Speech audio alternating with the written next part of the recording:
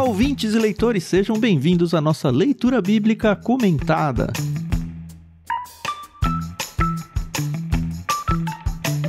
Eu sou o Thiago André Monteiro, vulgo Tan, estou aqui pela última vez com a Carol Simão e com o Thiago Moreira para a gente conversar sobre 1 Coríntios 10. Bom dia para vocês, tudo bem? Bom dia, pessoal, tudo bem? Aqui é a Carol Simão e o Thiago acabou de causar, assim, um mini ataque cardíaco nos nossos ouvintes. É, meio escatológico, né? Pela Não última vez. Já pensou se for de verdade, né? É, né? Não sabemos. Mas explica aí, Carol, por que eu falei isso aí?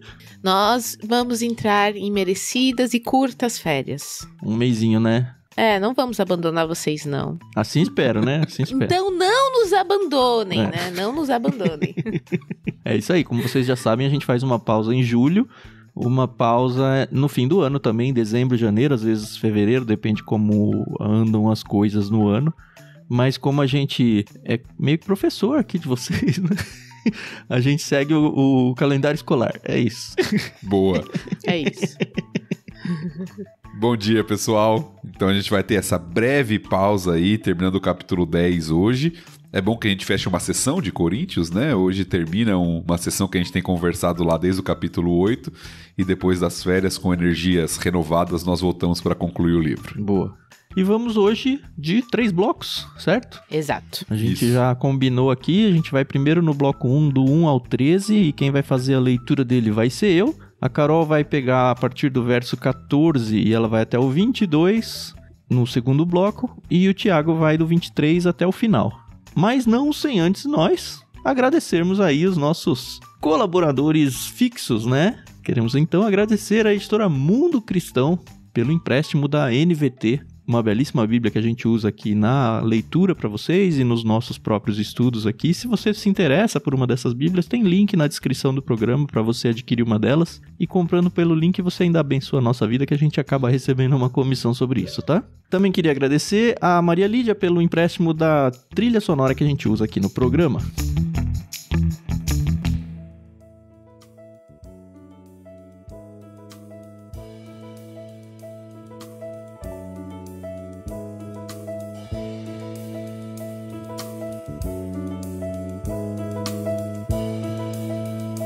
Sem mais delongas, então vamos ao bloco 1. Eu que vou fazer a leitura, versos 1 até o 13 do capítulo 10 de 1 aos Coríntios.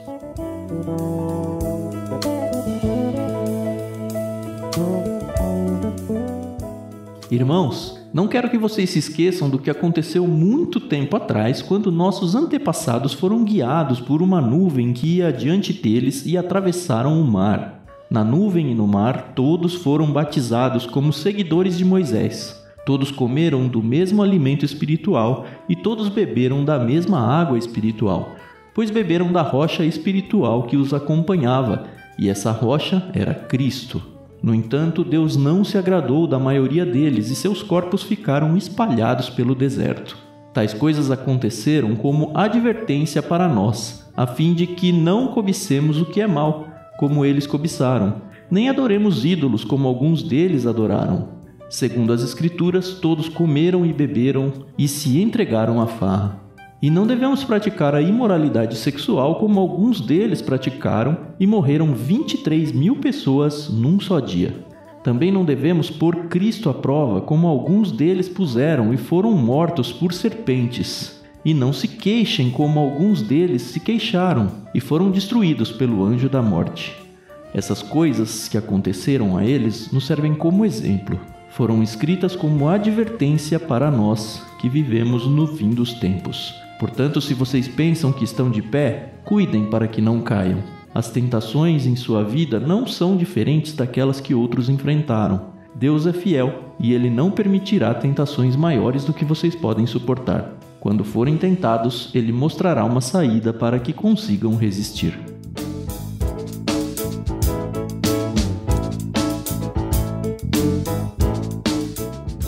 Ele começa esse capítulo falando uma coisa que me lembrou muito, né? O capítulo 11 de Hebreus. Essa ideia de olhar para trás, olhar para os antepassados, olhar muito para o povo de Israel, para tentar tirar algumas lições. Basicamente é o que a gente faz hoje em dia com a Bíblia como um todo, né? A gente tem um pouco mais de história bíblica para consultar do que eles tinham naquela época.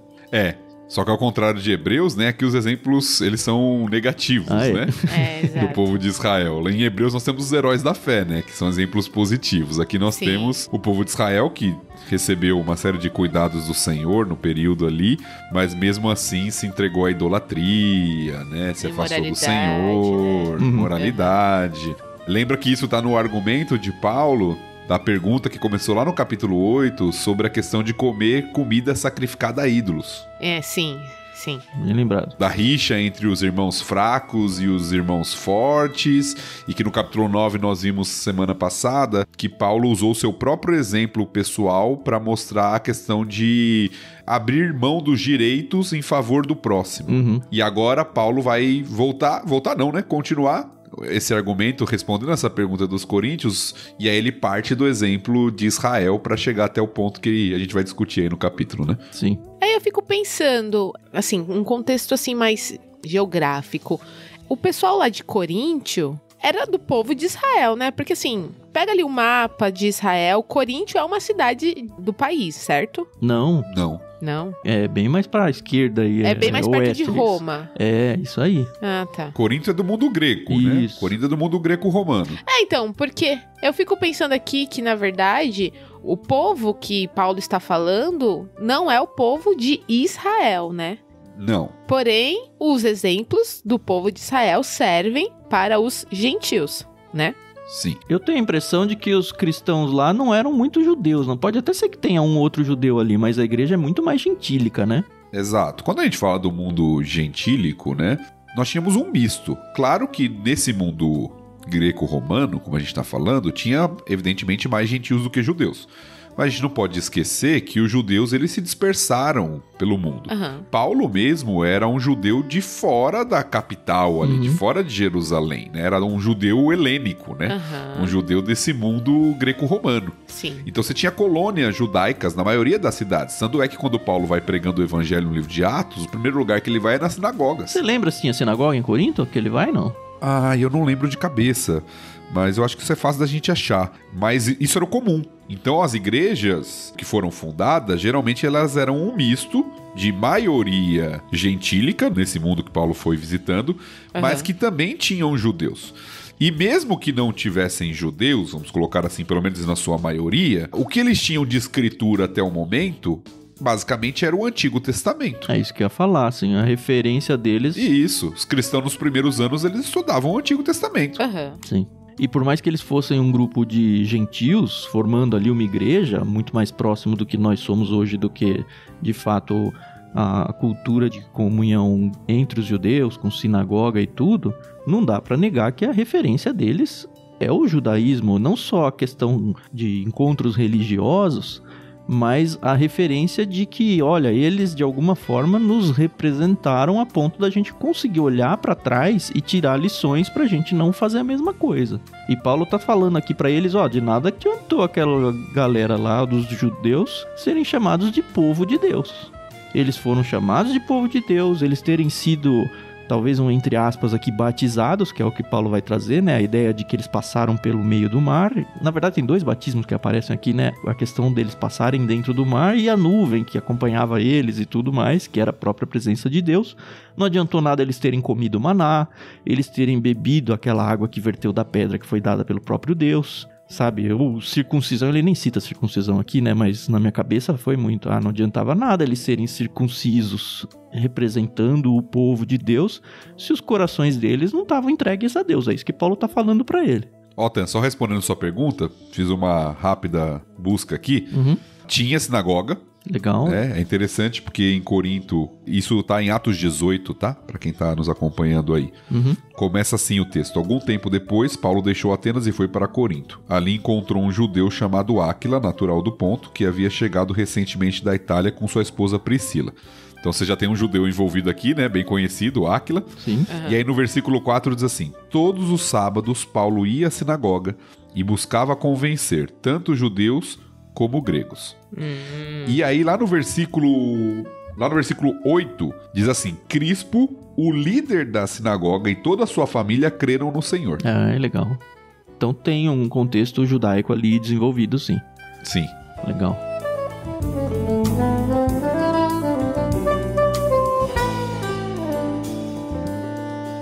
Nesse verso 5 aqui, por mais que tenham feito tudo isso, voltando lá pro exemplo do povo judeu, né, no deserto e tudo, no entanto, Deus não se agradou da maioria deles. Assim, todos seus corpos ficaram espalhados pelo deserto. Isso aqui lembra a gente que, tirando Josué e Caleb, todo mundo morreu durante a peregrinação no deserto. Sim. Por quê? Eles eram um povo de Deus, sabe, e tudo mais. Não valeu muita coisa, sabe? O que me faz, assim, pensar, e até de uma forma um tanto assustadora, porque que Deus se agradaria de nós como povo de Deus se a gente agir da mesma maneira? A lição que o Paulo está trazendo ali é para a igreja em Corinto. A lição que nós aqui no LBC estamos trazendo para vocês é para nós nos dias de hoje. Vale igual. É interessante, né? Porque o argumento de Paulo é justamente esse, né? Ele vai chegar no versículo 6 falando: tais coisas aconteceram como advertência para nós, a fim de que não cobicemos o que é mal como eles cobiçaram, nem adoremos ídolos como alguns deles adoraram. É verdade. Lembra que o tópico é questão envolvida com a idolatria, né? Comer comida dedicada aos ídolos. É o tema que ele já veio desenvolvendo, né? Na verdade, aparecem 4 pecados principais aqui, né? Ele começa com essa idolatria no verso 7, vai aparecer imoralidade sexual no verso 8, vai aparecer colocar o Senhor à prova no 9 e vai aparecer a murmuração no 10. Exato. Em todas elas, ele faz um paralelo com coisas que o pessoal lá do Antigo Testamento patinou. Então, parece que o argumento de Paulo é o seguinte: olha, o povo de Israel, mesmo tendo todas essas experiências com Deus, saindo do Egito, né, a nuvem do Senhor acompanhando, a passagem pelo mar, todas as coisas que ele cita aqui, isso não necessariamente garantiu para eles uma vida que estava de fato agradando a Deus. E aí a prova que Paulo usa tanto é que na terra mesmo entraram só 2, né? Sim. Como também mencionou, Josué e Caleb, todos os outros ficaram pelo deserto. Isso que a gente lembrou, porque a ilustração do Paulo aqui não lembrou deles, não. Falou, morreram todo mundo, né? Né? Tem isso, hein? Sim. Tem uma generalização aqui de que o povo de fato ficou no deserto, né? Por causa a gente vê, porque não confiou no Senhor, por causa de todas essas questões aí, da idolatria, né? A gente vê o período no deserto, a história do bezerro de ouro, né? Sim, como o povo se desviou da adoração ao Senhor. Então Paulo está trazendo isso justamente para mostrar para os coríntios e não dar aquela falsa segurança que muitos crentes hoje têm, de que pelo fato de eu ir na igreja, de eu ser batizado, tá tudo bem na minha vida com Deus. Inclusive o batismo ele usa como exemplo, né? Eles foram batizados aqui também. Olha só que curioso, que segurança que isso deu pra eles, né?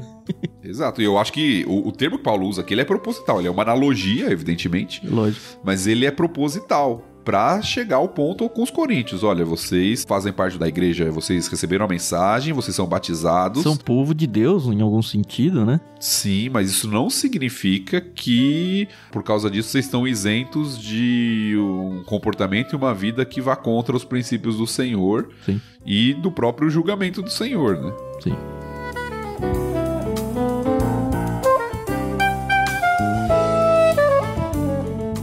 Eu queria, conforme a gente for passando pelos versos aqui, no 7, ele falou: nem adoremos ídolos como alguns deles adoraram. Segundo as escrituras, todos comeram e beberam e se entregaram à farra. Isso aqui é uma citação de Êxodo 32:6. Eu vou só citar, não vou ler o texto nada, mas só pra gente ir pontuando, se você tiver interesse de conhecer um pouco mais a fundo cada uma dessas histórias que Paulo tá trazendo à memória dos coríntios aqui, você tem ele.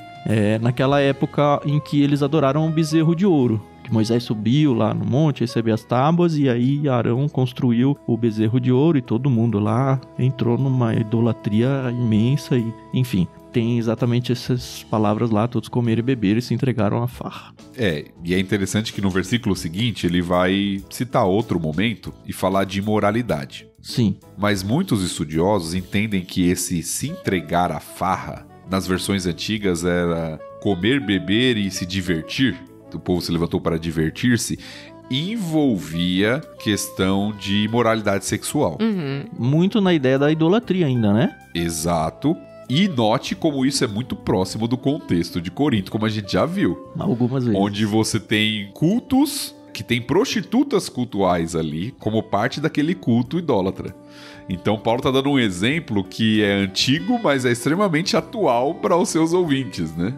Exatamente. E o que eu acho mais interessante é que ele finaliza essa parte falando: essas coisas que aconteceram a eles nos servem como exemplo. Foram escritas como advertência para nós que vivemos no fim dos tempos. Legal demais isso, né? Essa ideia de que tá acabando já na época do Paulo, né? Exato, e aí, tipo, isso foi escrito quantos anos atrás, né?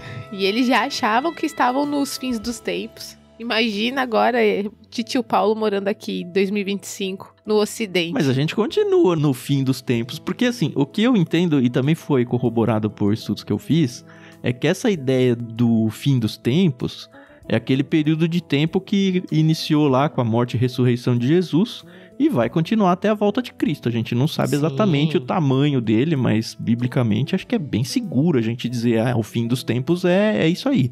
E aí tem a volta de Cristo e aí a gente vai, assim, um outro nível de fim do tempo, né? Concordo.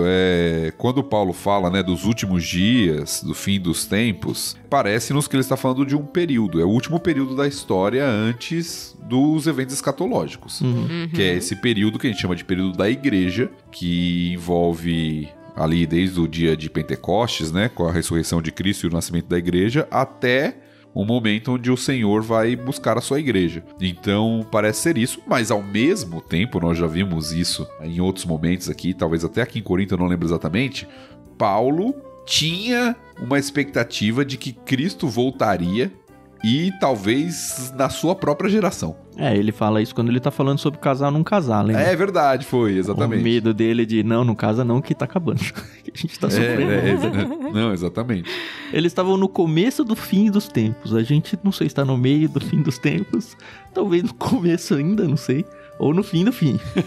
Saberemos em breve. Ou, enfim, talvez não.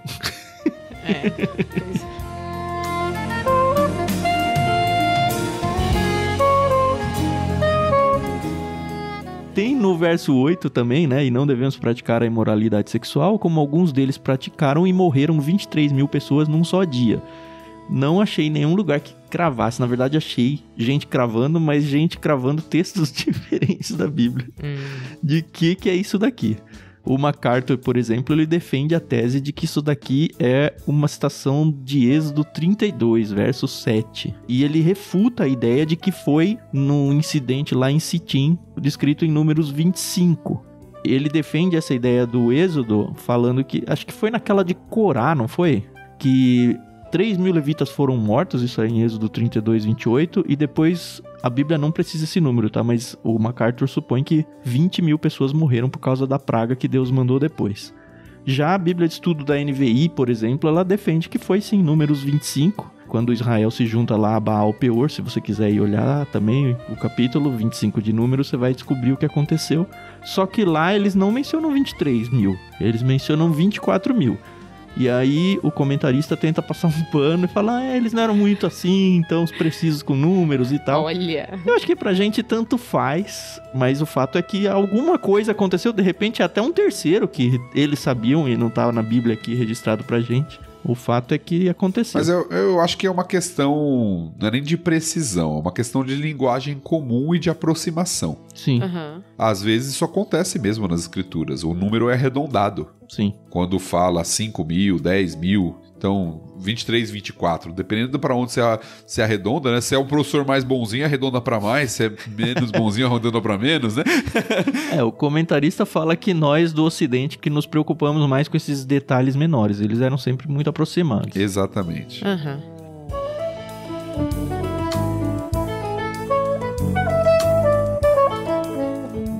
O que é citado lá em verso 9, né? Também não devemos pôr Cristo à prova, como alguns deles puseram e foram mortos por serpentes. Esse é fácil de achar, né? Sim. Números 21, naquela famosa cena onde serpentes do deserto vêm e picam eles e matam uma galera lá. que é o texto que vai ser usado talvez no versículo mais famoso da Bíblia, né? De João 3,16 ali. Um pouquinho antes no argumento vai falar da serpente de Moisés ali que foi levantada, assim como o filho do homem, né? Seria levantado. Nessa situação onde eles foram, né, julgados ali, punidos pelo Senhor com essas serpentes, e quem olhasse para a serpente de bronze que Moisés construiu seria salvo, né? Sim. E aí no verso 10, e não se queixem como alguns deles queixaram e foram destruídos pelo anjo da morte. Aqui sim é o texto em Corá, tá? Eu confundi. É a morte de Corá. Na verdade, a rebelião do povo depois que o Corá e os seus seguidores foram mortos, isso está em Números 16. Também espalhado ao longo do capítulo ali. Sim.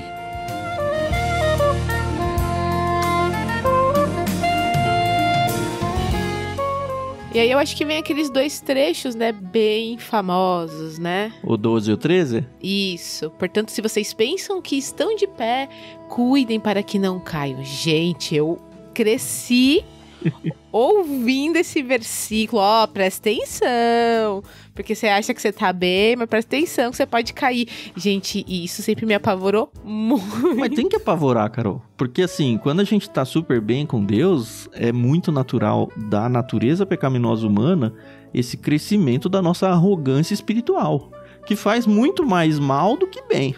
Sim, sim. E eu acho que Paulo, como a gente já tem falado, tá trazendo essa orientação, né, para o pessoal ser humilde, para o pessoal segurar ali o orgulho, né? E de novo, ele vem aqui, né, com todo aquele amorzinho, né? Ó, se vocês pensam que vocês estão de pé, cuidem para que não caiam, viu? Uhum. Agora, olha como é legal ler o texto dentro do seu contexto, né?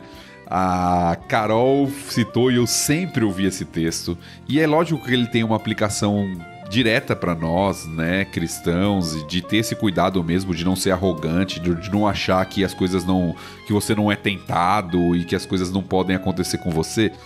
Mas olha como é legal perceber o texto dentro do seu contexto, né? Porque quem que achava que estava em pé? Para quem Paulo tá falando? Os coríntios. Os coríntios, mas o grupo que se considerava forte, lembra? Tem os fortes e os fracos. Sim, É verdade. sim. Tem o irmão forte e o irmão fraco. O irmão com a consciência fraca. O irmão com a consciência forte acha que pode fazer tudo, que Deus liberou pra... não tem problema nenhum, ele pode comer qualquer tipo de comida, e talvez ele tá pensando assim, eu não tenho nenhum problema, não tenho nenhuma dificuldade. Paulo, olha, cuidado, você que pensa que está em pé, cuide pra que não caia. Eu amo esse programa, meu Deus do céu, olha isso. Como faz a Carol, né, ó? A cabeça explode, mas é isso mesmo. Eu acho que pro público que o LBC, a maioria aí de cristãos se alimentando semanalmente e tudo, esse recado é muito importante, hein? Sim. Muito Sim, importante mesmo, porque é justamente o público-alvo, que eu tô muito melhor que o meu irmão ali que só peca. Então... Não, é isso então. Deixa eu te contar um segredo, né? Não é só o seu irmão que peca, não.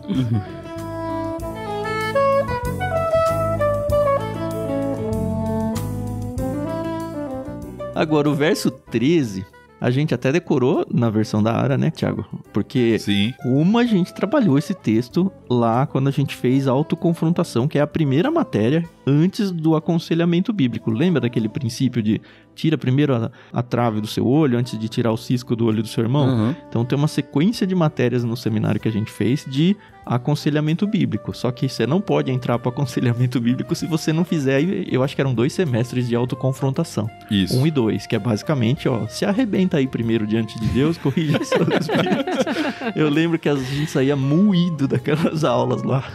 E como fazia bem pra gente, né? Sim. E esse era um dos versículos chaves, assim. Eu lembro que foi realmente muito importante. A ideia de Deus é fiel, não permitirá que... Vou usar a NVT aqui pra vocês, né? Ele não permitirá tentações maiores do que vocês podem suportar. Quando forem tentados, ele mostrará uma saída para que consigam resistir. Como é bom ter essa certeza de que quando a gente tá ali na beirinha do pecado, às vezes a tentação é mandada assim pelo próprio Deus pra testar a gente, mas ele nunca manda algo mais forte do que a nossa natureza aguenta. E isso foi, assim, alvo de aconselhamentos vários que eu fiz da pessoa, assim, quando tá sem chão, não aguento mais, abrir esse versículo que a pessoa ganha uma segurança e fala, olha... Parece realmente que tá muito duro, tá muito difícil. E para algumas pessoas parece que o desafio é maior do que para outras. E eu realmente acredito que Deus dá de acordo com a capacidade estrutural, emocional da pessoa de aguentar, assim. Então, se você tá num perrengue que você fala, não aguento mais. Se fosse com outra pessoa, ela não ia aguentar. Talvez não fosse, mas você aguenta, porque Deus não vai dar algo maior do que você aguenta. Sim. Só a gente lembra de Jó, né? É um dos textos de grande esperança e promessa nas Escrituras, né? Do cuidado de Deus, que Deus não permite algo na nossa vida além da nossa capacidade de lidar com isso, né? De suportar. Então é um texto de grande esperança. E é interessante que ao mesmo tempo é um texto de esperança, mas ao mesmo tempo é um texto que mostra a nossa responsabilidade de lidar com o pecado. Porque eu não posso falar assim, não, isso aqui aconteceu porque não tinha como eu resistir. Não, Deus não coloca algo além da minha capacidade de lidar com isso, né? E talvez seja esse o argumento que Paulo está colocando aqui. Olha, vocês, grupo aí que se considera forte, que olha para os irmãos mais fracos talvez com certo desprezo e que acha que não tem problema nenhum e nada nunca vai acontecer, olha, tome cuidado, aquele que está em pé, cuide para que não caia e lembre-se que Deus não coloca nenhuma situação que seja além da sua capacidade de suportar, né? Amém.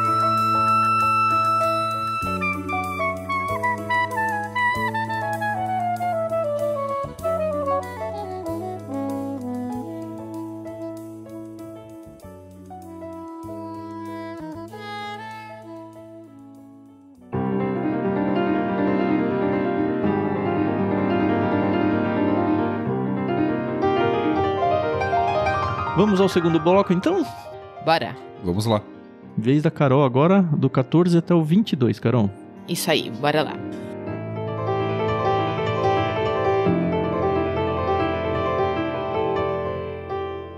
Portanto, meus amados, fujam do culto aos ídolos. Vocês são pessoas sensatas. Julguem por si mesmos se o que digo é verdade. Quando abençoamos o cálice à mesa, não participamos do sangue de Cristo?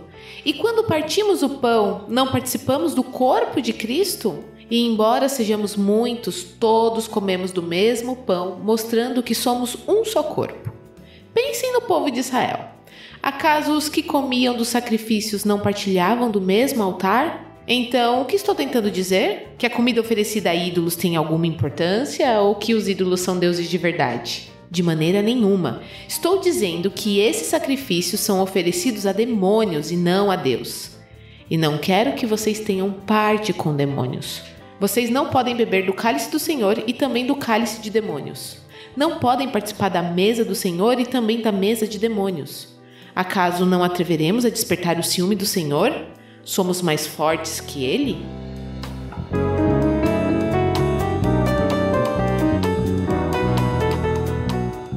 Sabe o que eu fiquei pensando aqui? Uma analogia bem boba que eu fiz. Uma vez eu fui num restaurante com uns amigos, o Fernando e uns amigos, e a gente foi comer hambúrguer. E aí, chegando lá, uma das convidadas, uma das moças, ela era vegana. E ela pediu pra o hambúrguer dela ser o hambúrguer vegano. E aí chegou a comida e maravilha, né? Papo vai, papo vem, a gente perguntou pro garçom, né? Mas são chapas diferentes? Ele, não, é tudo na mesma chapa. Aí eu fiquei pensando, né? Não devia ter perguntado, né, Carol? Mas isso depois virou assunto na rodinha, né? Caramba, mas a comida vegana ela tem que ser feita numa chapa diferente, com utensílios diferentes, pra não haver contaminação, né? Enfim, da carne e tal. É nesse nível? Eu não sabia, É nesse nível. E aí eu fiquei pensando aqui, né?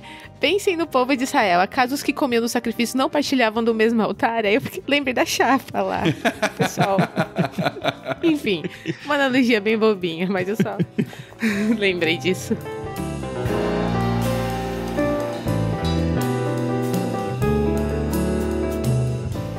Bom, nesse trecho é bem claro que o Paulo tá voltando ao assunto da comida sacrificada, né? Eu até fiquei de verdade... Cara, será que a gente vai ter coisa nova pra falar nesse episódio? Porque é tudo de novo, né?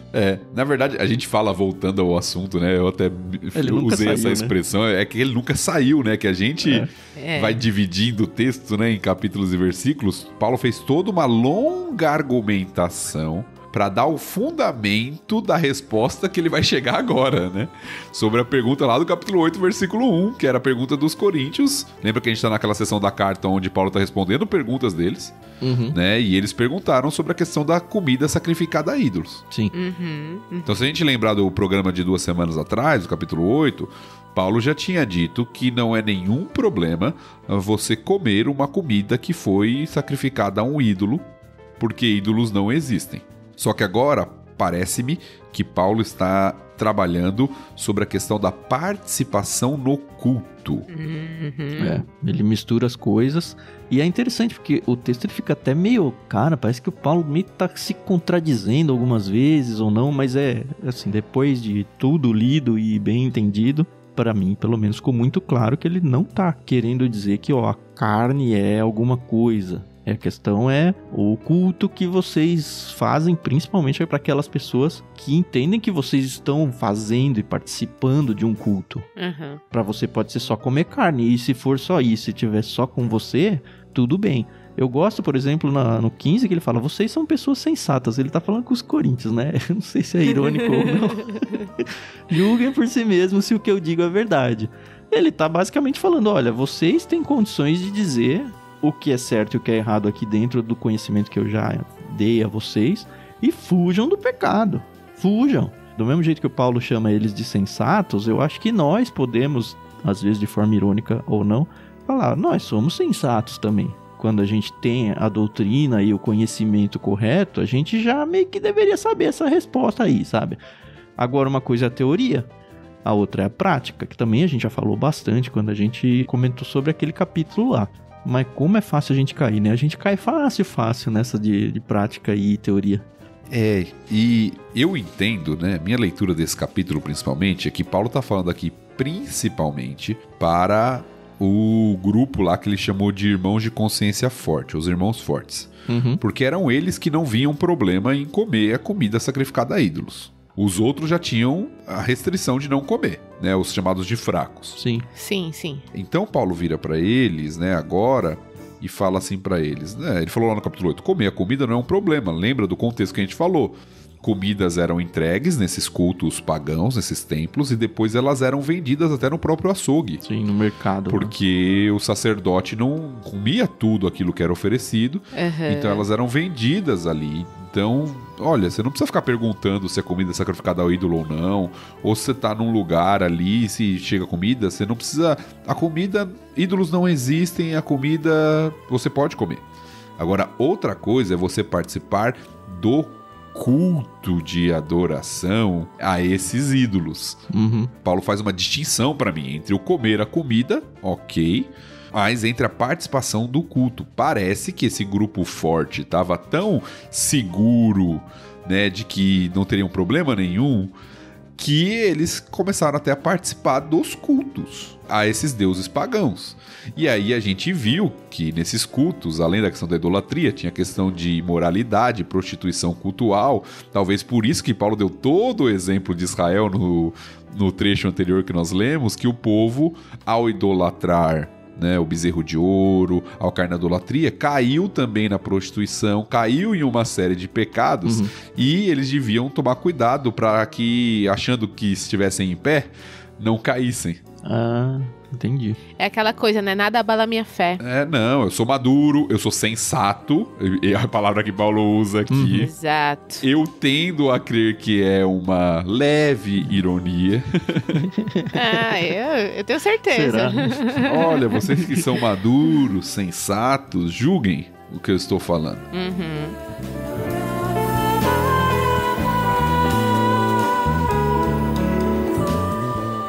E ele faz até o paralelo com a ceia do Senhor, né? A mesma ceia que a gente faz hoje, né? A partir do 16 ele desenha a ideia do cálice à mesa, participamos do sangue de Cristo e tudo mais. Talvez, eu fiquei pensando quando eu tava estudando isso aqui, viu, Thiago? Eu não sei como é o nosso contexto total de ouvintes, mas talvez a gente deva explicar um mínimo que seja do simbolismo do cálice e do pão na ceia do Senhor. Pode ser que você ouvinte fale, nossa, eu não preciso dessa explicação, já participo na igreja há muito tempo, já sei o que significa, mas, assim, em nome daqueles que não participam, talvez valha a gente comentar um pouquinho, pelo menos. Eu acho que vale a gente passar aqui pro ouvinte não ficar ansioso, porque a gente vai ter um mês de férias. Mas lembrar que o capítulo 11 de 1 Coríntios vai ser aquele capítulo famoso da ceia, né? É verdade. Que a gente vai voltar a esse tópico, né? Mas, para aquele talvez que não tem esse costume ou não conhece tão bem assim, a ceia ela é essa cerimônia, né, que Jesus deixou para os seus discípulos celebrarem em memória dele, onde o pão ele representa o corpo de Cristo entregue em nosso favor na cruz e o cálice representa o seu sangue. Certo. É disso que o Paulo está falando aqui, né? Exato. O argumento de Paulo é o seguinte, olha, quando você participa de uma celebração, de um culto, você não está só assistindo, você se faz participante daquilo. Quando você come do pão lá na ceia, quando você toma o cálice, aí ele usa até o exemplo dos sacrifícios no Antigo Testamento, do próprio povo de Israel, no versículo 18, ou seja, não é algo meramente de espectador que você não está... Não, você participa. Da mesma forma, se você está no culto aos ídolos, você está se tornando participante. Essa é a questão, o ponto de Paulo. Sim. E aí ele avança essa ideia dizendo, ó, você está participando de um culto, só que não é um culto a mim. É um culto que as pessoas dizem, outros deuses, mas eu acho muito interessante o que Paulo fala aqui, olha, por um lado, assim, não existem esses outros deuses, mas uma vez que está acontecendo um culto a esses deuses, na verdade, vocês estão cultuando demônios. Ele é muito forte em relação a isso, não é Deus, é demônios. Exato. O que Paulo está falando aqui basicamente é o seguinte, ó, o ídolo não existe, é madeira, é metal, é ouro, é prata. Aquela imagem, não existe nenhuma divindade, nenhum ser, mas existem seres espirituais que... meio que se aproveitam da situação e tomam adoração para eles. Exatamente. Então, como que... tentar fazer uma analogia do Antigo Testamento, inclusive. Como que os magos do Egito conseguiram poder para replicar algumas das pragas ali? Tinha algum poder espiritual por trás, que não era divino. Sim, sim. Então Paulo está falando que se você não adora o verdadeiro Deus, existem forças espirituais. Só que elas, se não é adoração ao verdadeiro Deus, ela vem de outro lugar, que não é de Deus, dos demônios.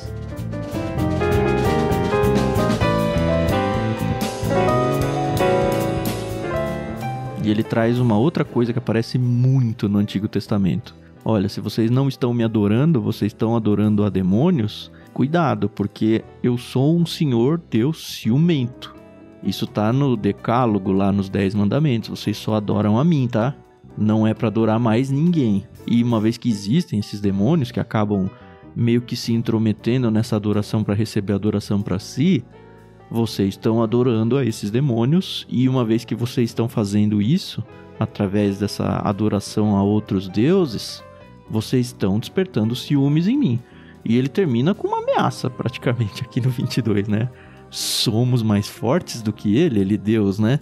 Vocês têm certeza que vocês querem adorar essas outras coisas que me deixam ofendido, que me deixam enciumados? Porque a gente vai entrar numa queda de braço aqui. E quem é que ganha essa queda de braço? É interessante porque no verso 21 ele diz: vocês não podem beber do cálice do Senhor e também do cálice de demônios. Não podem participar da mesa do Senhor e também da mesa de demônios.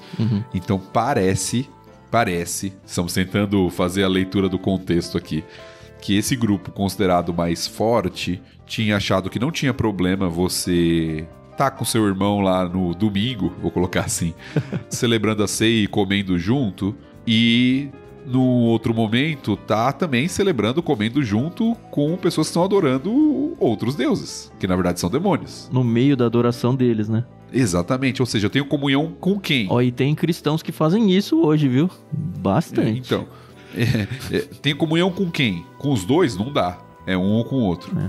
É mais ou menos o que ele falou lá, lembra? Não pode me servir a mim ou ao dinheiro, né? As riquezas. Sim. Que lá é o Mamon, né? Que é personalizado como o Deus das riquezas. Exato.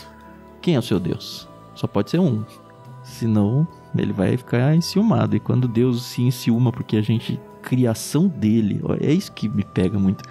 Pensa, Deus foi lá, criou o ser humano para adorá-lo, e aí esse ser humano fala, não quero adorar você não, eu vou adorar esse outro negócio aqui.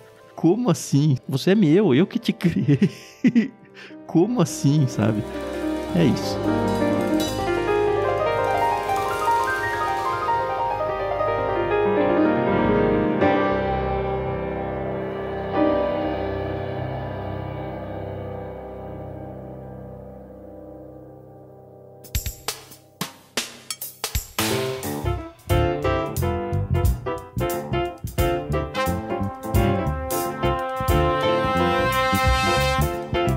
Fechamos mais um bloco? Vamos pro último. Sim, vamos ao último, porque esse último... Então vou fazer a leitura do verso 23 em diante. Isso.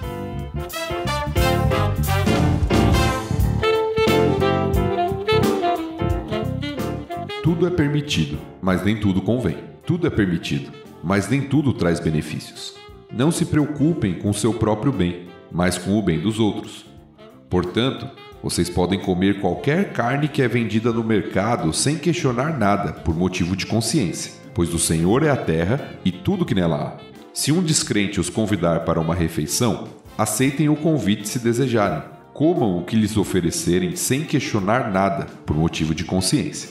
Mas, se alguém lhes disser, esta carne foi oferecida a um ídolo, não a comam, por respeito à consciência da pessoa que os avisou.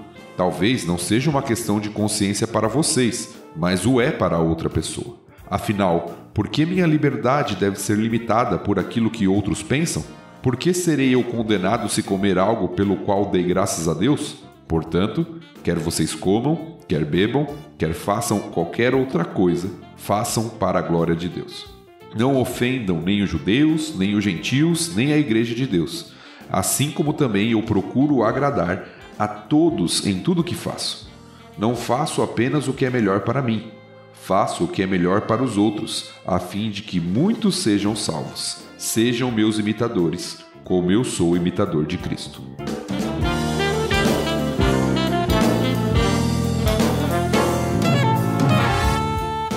Ô, Thiago, você passou aí, hein, mano?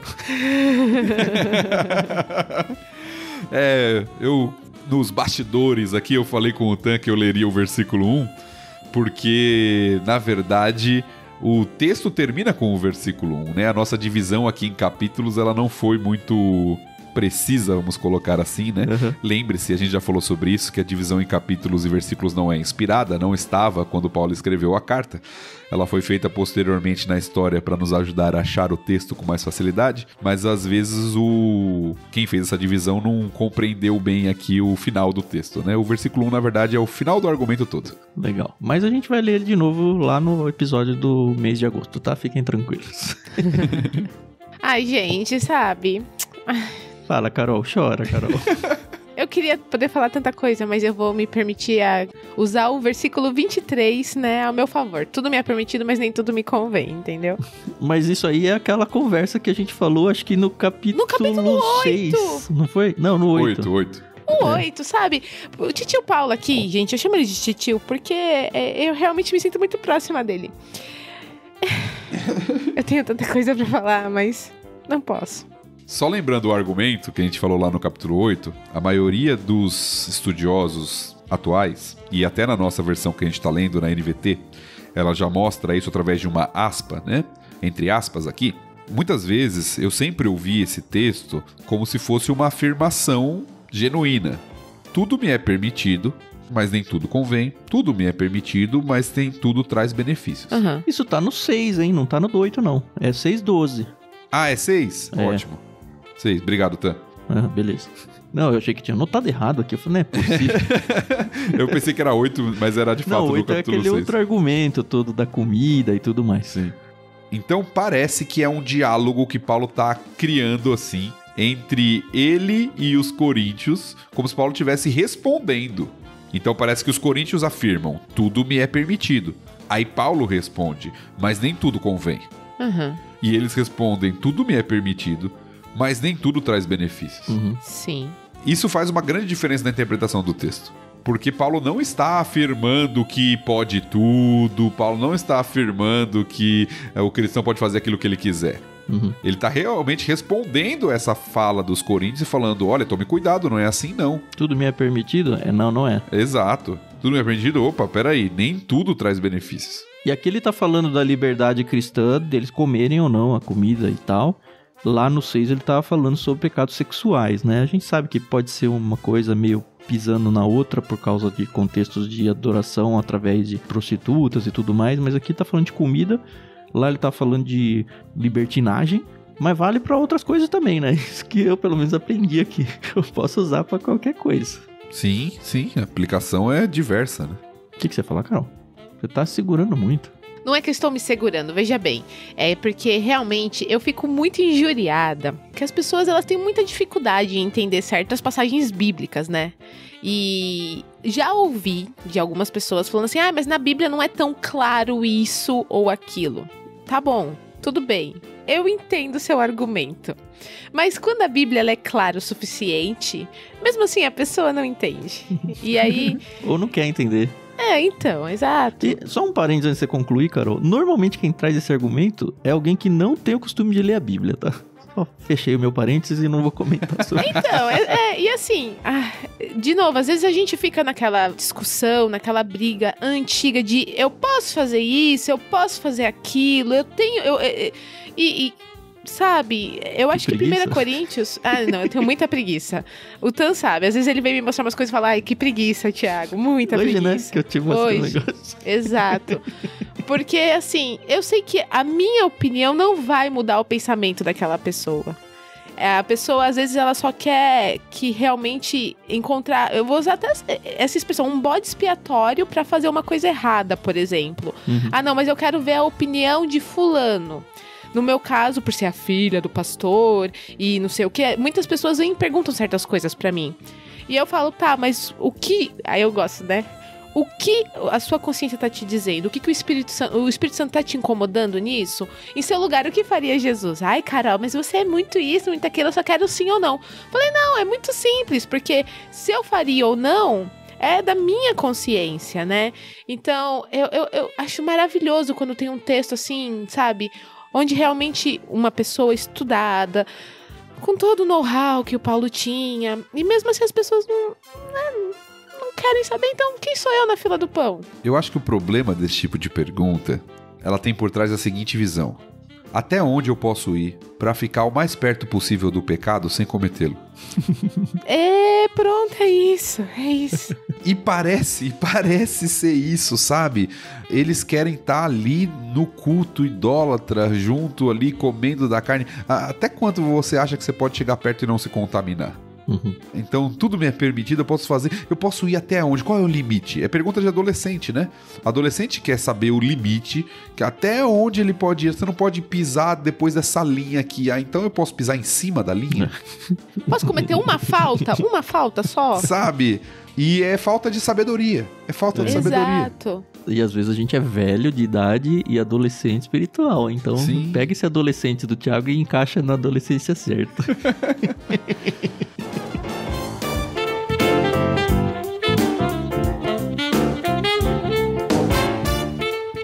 O Irsby, ele mandou uma muito boa. Ele diz o seguinte: embora tenhamos liberdade em Cristo, não estamos livres para prejudicar outro cristão. Olha que simples. Que é todo o argumento que Paulo construiu, né? Capítulo 8, tempo, 9. Né? O amor. Exato, de você abrir mão dos seus direitos para o próximo. É a resposta de Paulo. Não se preocupem com o seu próprio bem, mas com o bem dos outros. Exatamente. Mas aí volta aquela velha discussão que a gente teve de... mas será que eu amo meu irmão a ponto de abrir mão de fazer alguma coisa que eu quero só pra não fazer meu irmão cair ou não escandalizar meu irmão? E aí é aquela velha discussão, né? Se eu não amo meu irmão, o amor de Cristo não tá em mim. E, sabe, é um ciclo sem fim, sabe? Depende de quem é mais importante pra você. É você mesmo ou o seu próprio irmão? Sim. E é difícil a gente afirmar. Afirmar não é difícil. Viver é difícil. De que o próximo é mais importante do que a mim mesmo. Exatamente. Recentemente a gente estava discutindo lá no Discord de um livro que a gente leu, foi o Cavaleiro Preso na Armadura. É um livro interessante e tal, mas ele tem uma argumentação lá que, cara, eu já ouvi tantas vezes na vida. É aquelas velhas de novo, né? De que, pra você amar o próximo, você precisa amar a si primeiro. Eu falo, cara, não. Assim, é uma coisa que o mundo vende como uma super verdade, às vezes como uma verdade espiritual. Se eu não me amar primeiro, eu não vou conseguir amar ao próximo. Cara, Cristo não passou perto dessa afirmação aí, sabe? Ele doou a vida dele e é isso aí. E é isso que a gente tem que fazer. Então, cuidado com esse tipo de coisa. Na verdade, a argumentação bíblica é que as pessoas, às vezes, é falta de leitura mesmo, né? De conhecimento de português até, né? Porque o texto diz assim: ame o próximo como a si mesmo. Qual que é a ordem do texto? Pra amar o próximo, porque você mesmo, você já se ama, né? Exato, amar a si mesmo é um indicativo, já acontece, não é que você tem que buscar, ele já acontece. Ame o próximo como você ama a si mesmo. É o que Paulo vai argumentar lá no texto de Maridos e Mulheres, em Efésios, falando que a pessoa, ela cuida do seu próprio corpo, ela ama a si mesmo, e ela deve fazer o mesmo para com o seu cônjuge, né? Falando ali no contexto. Então a gente não tem que amar a nós mesmos, porque isso já é natural. Não precisa se esforçar pra isso. O problema do ser humano é que ele ama demais a si mesmo. E aí ele deixa de amar o próximo porque ama de maneira egocêntrica a si mesmo. Exatamente.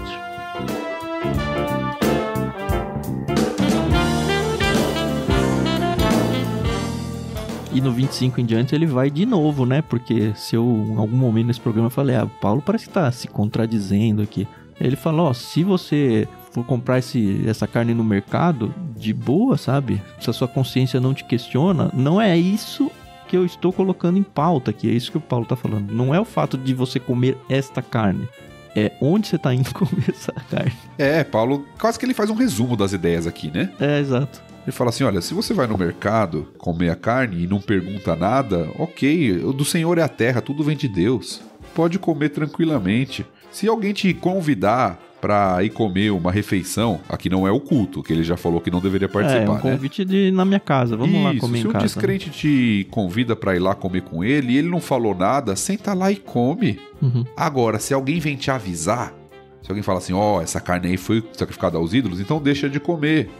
Por causa, se a pessoa tá te avisando, a consciência dela já tá afirmando algo. Então você deixa de comer para não ofender o seu próximo. Coloca o bem dele acima do seu, é a tese dele. Coloca o outro em cima de você. Você tá com vontade de comer aquele churrasco lá que ele te ofereceu, mas o cara falou assim, olha, eu sei que você é crente, isso aqui foi oferecido para um ídolo. Então deixa de comer por amor a seu irmão, para que a consciência dele não fique assim, esse cara fala que é crente, tá comendo comida dos ídolos, então ele nem crê mesmo de verdade. É um mau testemunho, então cuidado, né? Coloca o seu irmão à frente. Aí tem as perguntas dos adolescentes, né? Afinal, por que a minha liberdade deve ser limitada por aquilo que os outros pensam? Por que eu vou ser condenado se eu comer algo pelo qual eu dei graças a Deus? É muito adolescente falando aqui, né? Na verdade é o Paulo já adiantando a pergunta que ele sabe que ia chegar, né? Mas o que ele tá falando de resposta é, vocês têm que fazer tudo para a glória de Deus. E não só essa questão de comer em qualquer conduta da sua vida, né? Pensa, vocês já são inteligentes, ele abriu o capítulo falando isso, vocês são sensatos, vocês têm a informação. Você vai comer? Ou você vai beber? Ou não? Você vai não comer? Ou você vai não beber?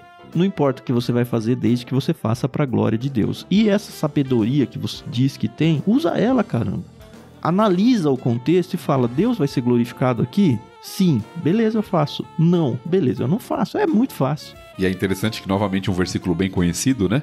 E geralmente isolado, né? Portanto, quer comais, quer bebais, ou façais qualquer outra coisa, fazei tudo para a glória de Deus. É claro que o princípio do versículo ele é quase que universal. Tudo aquilo que nós fazemos deve ser para o Senhor. Mas quando ele é isolado do contexto, ele pode dar a impressão de que o que importa é o que Deus pensa e não os outros. Que é o contrário do que precisa ser dito aqui. O contexto é justamente fazer para a glória de Deus, às vezes é deixar de fazer em benefício do outro. Porque Deus é glorificado através da vida do próximo, não da minha vida. Exato, então se eu deixo... Para não ofender, que é o que o versículo 32 vai continuar falando, para não ofender, para não escandalizar, para não trazer prejuízo para o meu próximo, eu deixo de comer aquilo que eu poderia ter direito de comer, às vezes, nesse contexto aqui, né? Para que Deus seja glorificado e meu próximo seja edificado. O que está no 33, né? Olha, eu vou adaptar a minha conduta pensando no próximo, a fim de que muitos sejam salvos. Paulo volta, parece... em um breve resumo ao que ele falou no capítulo 9, que nós vimos semana passada. Faço tudo para com todos, a gente explicou aquele texto bem conhecido também lá do capítulo 9. Paulo volta aqui e fala o seguinte, olha, no versículo 32, não ofendam judeus, gentios, nem a igreja. Como eu procuro agradar a todos em tudo que eu faço. Não faço apenas o que é melhor para mim, faço o que é melhor para os outros, a fim de que muitos sejam salvos. Ou seja, Paulo tá falando, eu não tô buscando meu interesse, meus desejos, meus sonhos, meus valores pessoais. Eu faço o que é melhor para os outros, para que o evangelho chegue e as pessoas sejam salvas. E aí ele termina, imitem o meu exemplo. Sejam meus imitadores como eu sou imitador de Cristo. Né, que é o versículo 1 do capítulo 11, mas que na verdade é o encerramento do que ele falou aqui. Olha, eu faço isso para o benefício do próximo, para que o evangelho chegue até eles, para que Deus seja glorificado, então imitem o meu exemplo. Sim.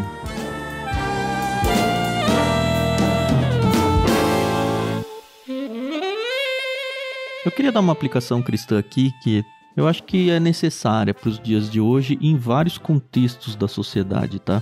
Hoje em dia a gente tem um negócio chamado rede social, onde as pessoas, não sei por que cargas d'água, decidiram que o mundo precisa saber a opinião dela sobre tudo. Como sendo a única e verdadeira, né? Então, nem precisaria entrar nisso. É assim, eu não preciso saber o que o Joãozinho, a Mariazinha pensam sobre todos os assuntos que existem na sociedade. E eu tô falando isso para você se colocar como Joãozinho e como Mariazinha. Por que eu tô dizendo isso? Eu tenho visto, e já tem mais de década já, tá? O quanto cristãos estão deixando de abrir portas e destruindo oportunidades para desenvolver e acrescentar na vida da pessoa, simplesmente porque ela acha que ela precisa ter uma opinião formada sobre qualquer assunto. E aí você põe o assunto que você tiver na sua cabeça, tá? E normalmente é um assunto que vai dividir. O Brasil está se dividindo em dois polos em praticamente todos os assuntos. E aí, se você encontra uma pessoa que é do outro polo que você acredita, essa pessoa é cancelada na sua vida. E aí, qualquer coisa que essa pessoa venha falar, opinar, dizer, ela não vale porque pensa diferente de mim. E é onde que eu tô querendo chegar com isso? Nós cristãos, não importa o lado que você tá de qualquer um dos assuntos, somos embaixadores de Cristo. Viemos para esse mundo, fomos salvos com uma missão: apresentar Cristo às pessoas. Agora, se você, por causa da sua ânsia de ficar se posicionando aqui e ali, vai afastar pessoas de você e, consequentemente, do seu evangelismo, você está fazendo errado. Às vezes, o silêncio é melhor. Às vezes, você guardar a sua opinião para dentro da sua casa, para dentro da sua família, em vez de ficar expondo e, na verdade, você está afastando metade das pessoas que você conhece de você, vai fazer mais mal do que bem. Então, assim, escolhe as batalhas que você vai lutar. E não se esqueça de que o meu objetivo é o mesmo que o Paulo colocou, assim: eu faço isso pensando no que é melhor para os outros, a fim de que muitos sejam salvos. Dificilmente vocês vão ver a gente aqui no LBC se posicionando em qualquer assunto que não seja a Bíblia. Talvez você já tenha percebido que a gente foge de muitos assuntos aqui, e é de propósito, tá bom? É de propósito. Por quê? Não importa a nossa opinião sobre A e B, desde que a gente possa falar com qualidade e com honestidade sobre aquilo que a gente se propôs a falar aqui. Apresentar a Cristo, apresentar a Bíblia, trazer pessoas que precisam ouvir de Deus através desse nosso ministério. Então, pega esse conteúdo aí e traz um pouquinho para sua vida. Pensa um pouquinho a respeito do quanto você se silenciar quando você discordar da opinião, e tô falando de opiniões aqui, tá? De alguém, vai de fato engrandecer a obra do Senhor. O fato de você não se posicionar. Isso não quer dizer que você não tenha uma posição. Quer dizer que nem sempre todo mundo precisa saber tudo o que você pensa a respeito de todos os assuntos. Viajei aí? Não. É isso. Eu acho que opinião e café toma quem quer. Carol sempre tem umas que eu nunca ouvi falar, velho. É que é conselho e café, mas eu pus opinião, entendeu? Eu também não conhecia do conselho. E às vezes a gente não pensa o quanto essas opiniões, e aí aplicando ao texto, né, junto com o que o Tan falou, o quanto essas opiniões que a gente gosta de ventilar nesse mundo de redes sociais, né, e responder coisas que ninguém perguntou, talvez. É isso. Elas podem, de fato, ofender o próximo, né? E eu vejo isso acontecendo hoje no meio da igreja, né? O quanto as pessoas estão brigando por política, o quanto as pessoas estão brigando por outras questões aí, divisões éticas, morais na sociedade. Às vezes até discussões de denominação, religião, esse tipo de coisa. Sim, que em vez de trazer glória para Deus e edificação do próximo, traz o contrário. Exatamente. Afasta as pessoas. Não é que você não pode ter opinião, não é que você não pode ter senso crítico, não é nada disso. É que se você expressa só para expressar, só para achar que você é superior que o outro, que você entende mais, que você tem razão e coisas do tipo, você perdeu o princípio que Paulo tá falando aqui, que é do amor ao próximo. Até porque muitas vezes a salvação da pessoa não tem absolutamente nada a ver com esse assunto que você tá tentando brigar com ela. Uhum. Vocês podem chegar até a eternidade pensando diametralmente oposto. E os dois não entram no céu. Tudo bem. Exatamente. Exatamente.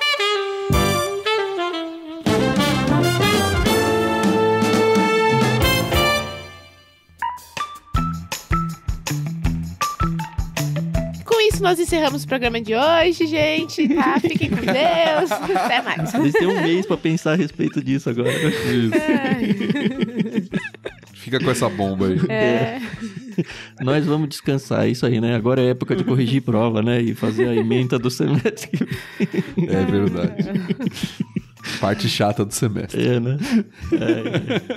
Bom, mas foi bom passar esse primeiro semestre com vocês. Eu espero realmente que Deus continue abençoando o nosso projeto aqui.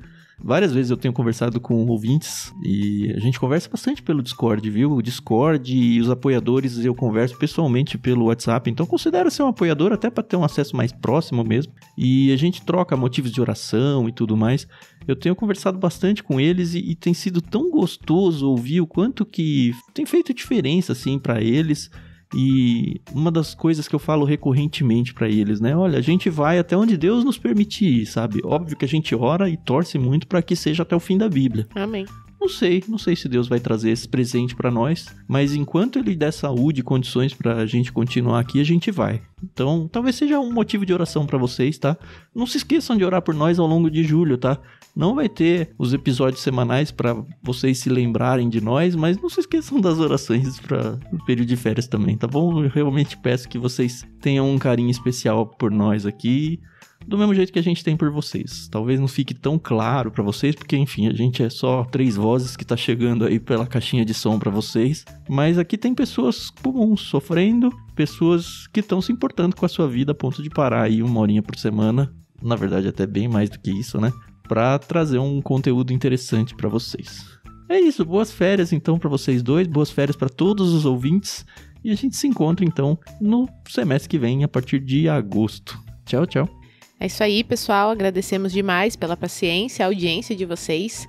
Orem por nós, compartilhe esse episódio com um amigo, com uma pessoa que ainda não conhece o LBC. E a gente se ouve no próximo episódio, mesmo que seja daqui 4 semanas. Até mais. É isso aí, pessoal. Valeu. Continuamos aí em 1 Coríntios. Um tempinho de descanso para você, um tempinho de férias. Talvez colocar em dia, se você não tá em dia.